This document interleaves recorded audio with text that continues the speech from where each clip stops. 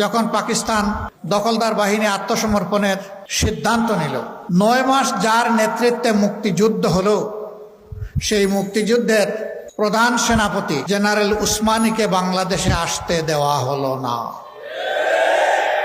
তাকে ত্রিপুরার রাজধানী আগরতলায় আটকে রাখা হলো।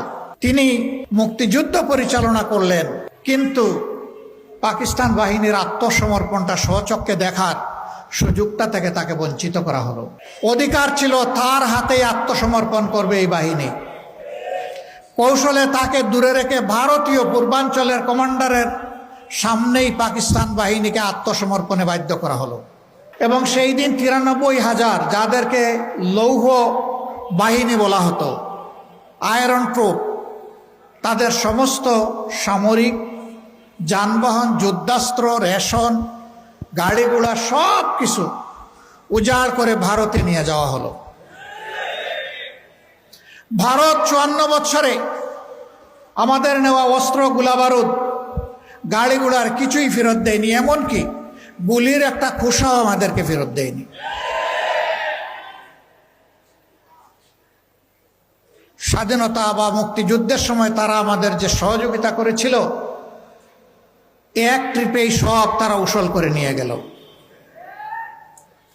এরপরের ইতিহাস আরো করুন। ছোট্ট এই দেশটি থেকে যুদ্ধ বিধ্বস্ত এই দেশটির খাদ্য গুদাম ও তারা লুটতরাজ শুরু করল। 9ম সেক্টরের কমান্ডার ছিলেন মেজর জলিল। যশোরে তখন তিনি দায়িত্ব পালন করছেন। তিনি তার সঙ্গী ফোর্স নিয়ে রাস্তায় শুয়ে গেলেন।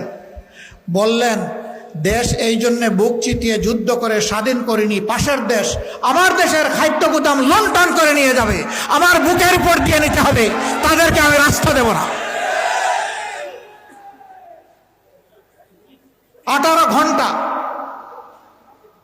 তিনি সঙ্গী সেনাবাহিনীকে সাথে নিয়ে এইভাবে রাস্তার উপরেই ছিলেন। নিহতের পরিহাস, তাকে রাস্তা থেকে তুলে এনে জেলবন্দি করা হলো। যিনি 9 মাস বুক চিতিয়ে যুদ্ধ করলেন, দেশপ্রেমের খেসারত হিসাবে তাকে এখন জেলে ঢুকতে হলো। জাতির কপালে এক এক করে এইভাবেই দুর্ভোগ নেমে এসেছিল। এরপরে কি হয়েছে, কি হচ্ছে, আপনারা সব দেখেছেন।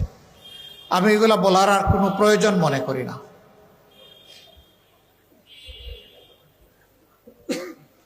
শেখ মুজিবুর রহমান সাহেব বিপুল জনপ্রিয়তা নিয়ে 1972-এর 10 জানুয়ারি দেশে ফিরেছিলেন।